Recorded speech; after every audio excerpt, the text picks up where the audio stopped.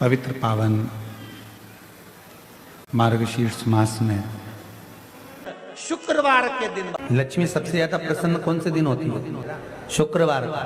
तो शुक्रवार को लक्ष्मी सबसे ज्यादा प्रसन्न क्यों होती है? उसका प्रसन्न होने का कारण क्या था? लक्ष्मी जी के दो भाई थे, दोनों की शादी नहीं हो रही थी, दाता और विधाता, दोनों का विवाह नहीं हो रहा। और दाता विधाता के लिए लक्ष्मी बड़ी परेशान थी, रोज नारायण से कहती थी प्रभु कुछ कृपा करिए, दाता विधाता का विवाह नहीं हो रहा, उम्र होती चली जा रही है, इनका कुछ करिए प्रभु, आप नारायण आप कुछ तो कर सकते हो। भगवान नारायण ने तब लक्ष्मी से कहा एक काम करो, बेलपत्री के पेड़ के नीचे बैठकर लक्ष्मी तुम अनुष्ठान करो तुम्हारे भाइयों के विवाह के लिए। इसलिए आज भी हमारे हिंदू धर्म की रीति है कि बेलपत्री के पेड़ के नीचे शाम के समय लक्ष्मी का वासा होता है। इसलिए लोग बेलपत्री के पेड़ के नीचे सोमवार को अगर दिया लगाते हैं तो उनके घर में कभी लक्ष्मी की कमी नहीं होती साहब, अपार धन बढ़ता चले जाता है। वंश वृद्धि के लिए, कार्य सिद्धि के लिए, वैभव प्राप्ति के लिए या अपने हृदय की सुख समृद्धि के लिए, संतान प्राप्ति के लिए पारिजात हार श्रृंगार के फूल की शिव जी को आराधना होती है। हार श्रृंगार का जो पुष्प होता है, अशोक सुंदरी वाली जगह पर हम पारिजात के पुष्प को समर्पित करते हैं। उसकी डंडी का जो मुख है वो शिवलिंग की ओर होता है जब अपन अशोक सुंदरी पर चढ़ाते हैं, और फूल का मुख इधर होता है। वापिस उसी पारिजात के पुष्प को उठाकर हम माता पार्वती जी के हस्त कमल पर, जो गोल हस्त कमल है, वहां समर्पित करते हैं। उस जगह पर माता पार्वती जी की ओर से जो पुष्प समर्पित किया जाता है, उसकी डंडी पारिजात की हमारी ओर होती है, पुष्प का मुख महादेव की ओर होता है। तीसरी जगह जब हम पारिजात के पुष्प को अशोक सुंदरी पे से उठाकर जगत जननी के हस्त कमल पर रखते हैं, हस्त कमल पे से उठाकर देवादिदेव महादेव के शिवलिंग पर रखते हैं, उस समय पर पारिजात के पुष्प की डंडी शिवलिंग के ऊपर होती है और फूल का मुख अपनी ओर होता है। इस जगह पर पारिजात के पुष्प की डंडी के केसर से ही महादेव को त्रिपुंड लगाया जाता है और महादेव से प्रार्थना करी जाती है। एक फूल के चक्कर में वो कंस का जन्म हुआ था, भागवत जी में सुना कि नहीं सुना? वो कंस पूर्व समय में एक अप्सराओं का नित्य लीला विहार कराने वाला एक सेवक था, और उसने किसी के बगीचे में से फूल तोड़ा और तोड़कर कहीं देव को समर्पित कर दिया, तो पाप लग गया, जिसके कारण कंस का जन्म हुआ पवन रेखा के गर्भ से।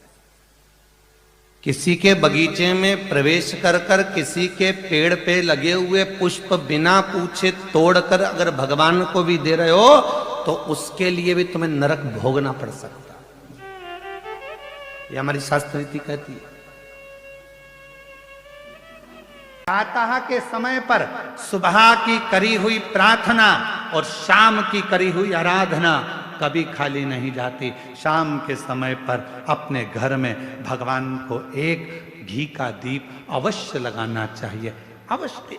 सुबह करी गई प्रार्थना और शाम को करी गई आराधना व्यक्ति की कभी खाली नहीं जाती है, वो झोली भर कर ही रहती है। आपने प्रश्न किया, घर के मंदिर में देवी और देवता दोनों रहते हैं, हमें घर में नित्य प्रति कौन सी बाती का दिया लगाना चाहिए, लंबी या गोल?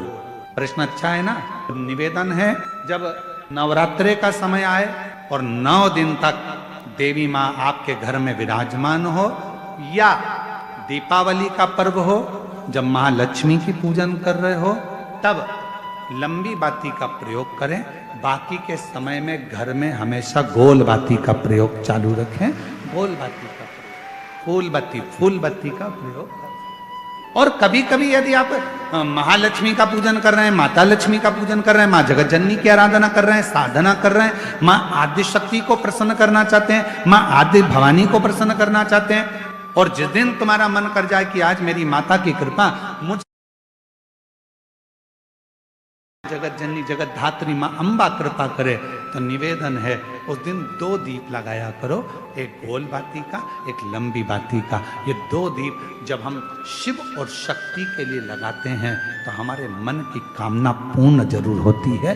प्रयास करा करो कभी कभी। पशु पक्षी भजन करते हैं, मछली घूम रही है अहिरावण के यहाँ, अहिरावण उठकर चले जाता है, मछली शिव जी के आसपास में जो चढ़ाया गया सामान था वो मछली उस पदार्थ को ग्रहण कर लेती है। उस मछली ने पदार्थ को ग्रहण करा। एक दिन अहिरावण कहीं चले गए। बहुत विशेष कथा है शिव महापुराण की, शायद आप लोगों ने सुनी ना सुनी वो हमको नहीं मालूम, और बहुत ध्यान लगाकर सुनोगे तो उस कथा का रसतत्व आपको प्राप्त हो। ददरौआ धाम सरकार के इस पवित्र आनंद में ये कथा चल रही है, आप भाव से सुनो। पूरे आस्था चैनल और पूरे फेसबुक यूट्यूब पूरे विश्व को कहूंगा इस कथा का रसतत्व अपने जीवन को उतारिए। क्या पशु पक्षी भजन करते हैं? शंकर जी के मंदिर में चींटी का क्या काम है? हनुमान जी के मंदिर में चींटे का क्या काम है? झिंगुर का क्या काम है? चूहे का क्या काम है? भगवान के मंदिर में ये जीव, ये चींटी, ये झिंगुर, ये चीटा, इनका क्या काम? महाराज कोई पुण्य करे होंगे पूर्व के, अपने कर्म को भोगते भोगते भोगते चींटी का जन्म मिल गया। चींटी बनकर किसी भगवान हनुमान जी के, राम जी के, शंकर जी के मंदिर में चली गई और जाने के बाद उनका प्रसाद मुख में गया तो चींटी की योनि के बाद में झिंगुर की योनि होती है, वो योनि नहीं मिली। चींटी की योनि के बाद भगवान का प्रसाद पाते पाते मनुष्य की योनि में चली गई। डायरेक्ट वो योनि प्राप्त हो गई, डायरेक्ट।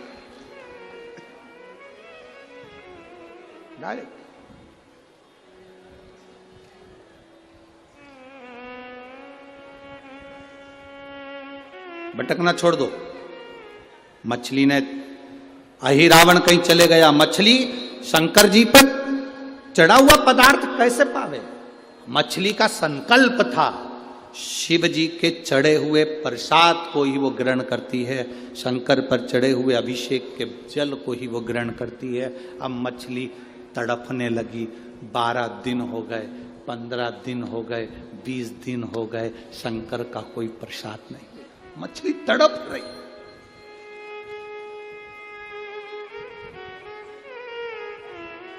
आपको केवल आपकी चिंता है, आपको केवल आपकी चिंता है, मेरे विश्वनाथ को पूरे विश्व की चिंता है। मेरे विश्वनाथ को पूरे विश्व की चिंता है। हमने पहले कथा में कहा, आज फिर कह रहे हैं, कोई देर से बनता है, कोई जल्दी बनता है, पर महादेव को जल चढ़ाने वाला एक दिन सेठ जरूर बनता है। खाली नहीं। उसको शंकर भगवान के चढ़े हुए जल का आचमन करा है, वो खाली नहीं जाएगा।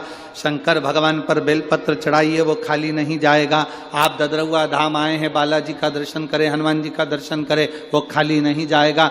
जहां जगह मिली, आज इस पंडाल में कहीं जगह नहीं है, मैं कहूँगा आस्था चैनल वालों से और टीवी वालों से और कि दर्शन कराएं। आज इस पंडाल में कहीं जगह नहीं। 3-3 पंडाल लगाने के बाद बाहर ग्राउंड तक फुल है, तो लोग रोड पर बैठे हैं और ये पंडाल के पर्दे तक निकाल कर कथा में झूम झूम कर आप चारों तरफ देखो कि चारों तरफ से लोग भरे पड़े हुए हैं। कहाँ जगह? लोग रोडों पर, आप टीवी के माध्यम से, एलईडीओं के माध्यम से देखिए, पूरे ग्राउंड में कहीं जगह नहीं पांव रखने। शुक्रवार के दिन भगवान शंकर को शुक्र को दिया था, इसलिए उसकी प्रधानता। आपको मालूम पड़ गया कि शरीर में मुझे ये रोग हो गया है, मुझे शुगर हो गया है, मुझे बीपी हो गया है, मेरा ब्लड प्रेशर ऊंचा नीचा रह रहा है, कोई भयंकर रोग, मेरे रिश्तेदार को कोई कैंसर जैसा रोग हो गया, किसी को कोई थायराइड हो गया, किसी को कोई किडनी और लीवर में सूजन हो गई, किसी को कहीं किडनी और लीवर में तकलीफ हो गई। तो शिव महापुराण की कथा कहती है, नवग्रह शिव महापुराण की कथा कहती है कि बेलपत्री के वृक्ष के नीचे महामृत्युंजय मंत्र का जाप जो शुक्रवार की शुक्रवार घी का दिया लगा कर करता है, उसके रोग बाबा देवाधिदेव महादेव समाप्त करते चले जाते हैं। ये संजीवनी मंत्र शुक्रवार के दिन भगवान शंकर को शुक्र को दिया था। इसी एक बार लोहे से कहा, सोना लोहे से बोलता है, लोहा तू भी धातु मैं भी धातु, मैं सोना तू लोहा, तू भी धातु मैं भी धातु, मुझे भी अग्नि में तपाया जाता है तुझे भी अग्नि में तपाया जाता है। सोना कहता है मुझे भी तपाकर कुछ बनाया जाता है तुझे भी तपाकर कुछ बनाया जाता है। सोना लोहे से कहता है कि मुझे भी अग्नि में तपाया गया तुझे भी अग्नि में तपाया गया, मैं भी धातु तू भी धातु, तुझे भी तपाया मुझे भी तपाया, तुझे भी कूटा मुझे भी कूटा। सोने ने लोहे से पूछा, पर एक बात बता रहे लोहा, मैं सोना जब कुटता हूं तो मैं आवाज नहीं करता, तू लोहा जब कुटता है तो आवाज क्यों करता? मैं कुटता हूं तो आवाज नहीं करता। सोना कह रहा है मेरी आवाज नहीं निकलती। सुनार की दुकान के सामने से निकलना, सोने को कूटा जाता है तो उसमें आवाज नहीं आती। लोहार की दुकान के सामने से निकलना, लोहे को कूटा जाता है तो उसमें से आवाज आती है। सोने ने लोहे से पूछा कि मैं धातु तू धातु, मैं पीला तू काला, मुझे भी तपाया तुझे भी तपाया, अग्नि में मुझे भी डाला तुझे भी डाला, मुझे भी कूटा तुझे भी कूटा, मैं कुटा आवाज नहीं आई, पर लोहा तू कुटा तुझ में आवाज क्यों आई? तब लोहे ने कहा, सुन सोने, तुझे जो मार रहा है वो लोहे का हथौड़ा है, मुझे जो मार रहा है वो लोहे का हथौड़ा है। सोने तुझे लोहे का हथौड़ा मार रहा है ना, इसलिए तू चिल्ला नहीं रहा। मैं लोहा, और जब मुझे लोहे का हथौड़ा मारता है ना तो चीख रहा हूं। अपना अपने को चोट देता है तब चीख तो निकलती ही है। सोने का हथौड़ा अगर सोने को मारता तो चिल्लाता, लोहे का हथौड़ा लोहे को मारता है तो चीखता है। अपना अपने को गाली देता है, अपना अपनों को अपशब्द कहता है, अपना अपने को ताना देता है तो चीख निकलती है, बद्दुआ निकलती है, अपशब्द निकलते हैं। दूसरा, सोने को लोहा मारेगा तो सोने को कोई फर्क नहीं पड़ता, दूसरा गाली देगा चल जाएगा, दूसरा अपशब्द कहेगा चल जाएगा, दूसरा ताने देगा चल जाएगा, पर कोई अपना अपने को अपशब्द कहे, अपना अपने को ताने दे, अपना अपने को आड़ा टेढ़ा कहे, ये नहीं चलता। भगवान देवाधिदेव महादेव के साथ में हुआ क्या था, उनके ही ससुर ने उनको गाली दे दी थी, तुझे शमशान का निवास करना पड़ेगा, मेरा श्राप है शिव, तू शमशान में रहेगा। शंकर भगवान तो भी अलमस्त थे, उन्होंने कहा कोई बात नहीं, अच्छी जगह पे प्लाट मिला है, कोई कब्जा ही नहीं करेगा, उसमें क्या टेंशन। शिव जैसे प्रसन्न भाव में रहने वाला चाहिए, हर एक में अच्छाई देखो, जितना आप अच्छा ढूंढोगे उतने अच्छाई मिल जाएगी। दो माताएं बस में लड़ रही थी, सीट एक थी, बैठने के लिए दोनों लड़ रही, वो बोली मैं बैठूंगी, वो बोली मैं बैठूंगी। कंडक्टर आ गया, क्यों लड़ रही हो? मैं बैठूंगी, दूसरी बोली मैं बैठूंगी। कंडक्टर बोला तुम में जो ज्यादा उम्र वाली हो वो बैठ जाए। पूरे रास्ते दोनों खड़ी रही, बैठी नहीं, क्योंकि जो बैठेगी वो ज्यादा उम्र की, बैठी नहीं, दोनों खड़ी। पूरा रास्ता उन्होंने खड़ा खड़ा निकाल दिया, पर बैठी नहीं। कंडक्टर दोबारा आया, बैठो, अभी नहीं, मैं बैठू। तो कंडक्टर ने दूसरी से कहा बैठ जाओ, दिख रहा है तुझे, मेरी उम्र नजर आ रही है। कंडक्टर ने फिर दूसरी से कहा तू बैठ जा, आंखों का इलाज करवा लेते रहे। नहीं बैठूंगी मैं, कोई इतनी उम्र क्यों।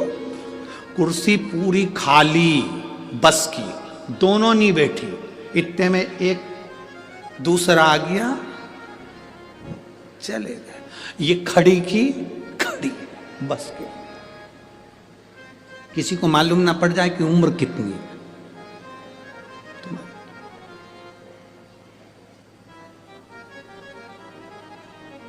शिव जी को गाली देने वाला कोई दूसरा नहीं था, भगवान शंकर को गाली देने वाले उनके ससुर ही थे। तुम्हारे ऊपर उंगली उठाने वाला कोई दूसरा नहीं होगा, तुम्हारे अपने ही होंगे।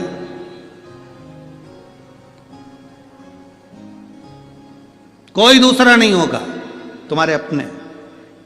वो लोग चिल्लाते हैं ना, भैया जी संघर्ष करो हम तुम्हारे, अरे जम के तो बोलो, हम तुम्हारे साथ हैं। भैया जी संघर्ष करो हम तुम्हारे साथ हैं। अब इतनी तेज चिल्ला के करे संघर्ष करो हम तुम्हारे साथ हैं, अगर तुम साथ होते तो संघर्ष की जरूरत ही क्या पड़ती?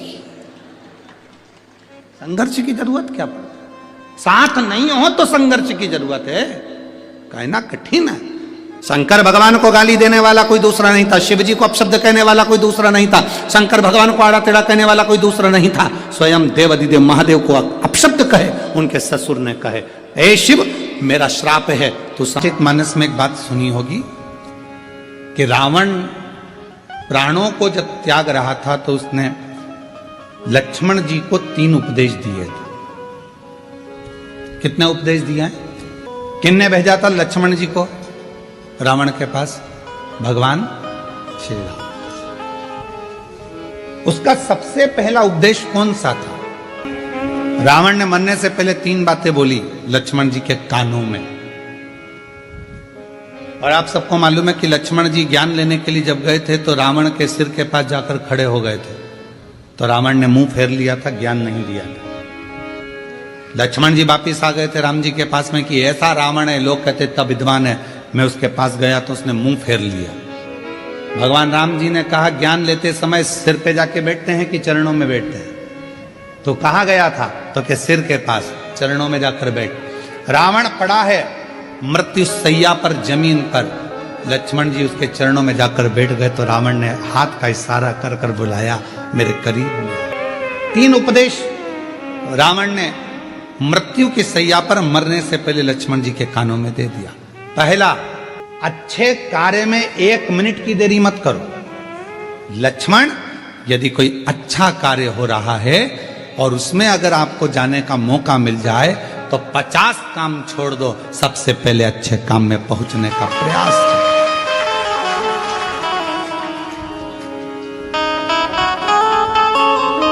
अच्छे काम में 1 मिनट की देरी मत करो।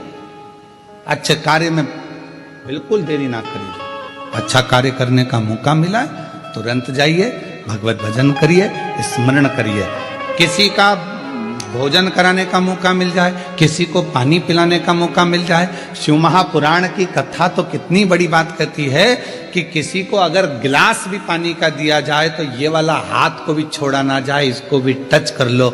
हो सकता है कि हमारा जब शरीर, हो सकता है कि ये जो आधा शरीर है, आधा भाग है मनुष्य का शरीर, जो आधा भाग किसी काम को नहीं कर पाता तो मरने से पहले आधा तन काम करना बंद कर देता है। लोग उसको पैरालिसिस कह देते हैं। आधा शरीर काम नहीं कर रहा।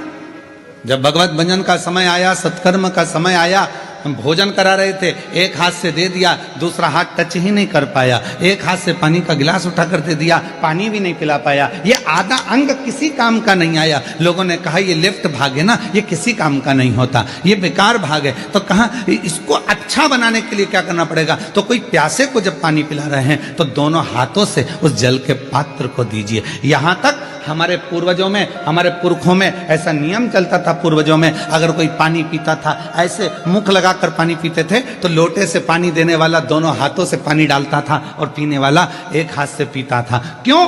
क्योंकि वो ग्रहण कर रहा है और वो देने वाला दोनों हाथों से दे रहा है। तो ये हाथ का प्रयोग पूर्ण होना चाहिए, जिससे मरने से पहले इस शरीर का आधा अंग रे ना जाए। इसको चालू रखने के लिए अभी से काम करना पड़ेगा। शिव जी के मंदिर में दोनों हाथों से जल चढ़ाइए, शंकर जी के मंदिर में दोनों हाथ से सफाई करिए, शिव जी के मंदिर में दोनों हाथ से झाड़ू पोछा करिए, शिव जी के मंदिर में दोनों हाथ से दीप को लगाइए। शिव जी के मंदिर, कई माताओं की आदत रहती है एक हाथ में घंटी पकड़ ली, एक हाथ में पकड़ लिया दिया, एक से घंटी बज रही है, दूसरे से दिया बज रहा है। पर हमारे यहां पर यहां तक कहा गया कि प्रथम आरती प्रारंभ होने से पहले मंदिर के घंटी को नाद करिए और नाद करने के बाद थोड़ी देर दोनों हाथों से दीप जलाकर उसको घुमाइए, अर्थात भगवान के सामने ये दोनों हाथों का सदुपयोग करिए, प्रयोग करिए। उसके बाद फिर भले एक हाथ में दिया ले लो, एक हाथ में घंटी ले लो, चल जाएगा, पर ये दोनों हाथों का सदुपयोग होना चाहिए, दोनों हाथों का। और कोई पिछले जन्म के अच्छे कर्म मुझे बाबा तेरा साथ मिला, कोई पिछले जन्म के अच्छे कर्म मुझे बाबा तेरा साथ मिला।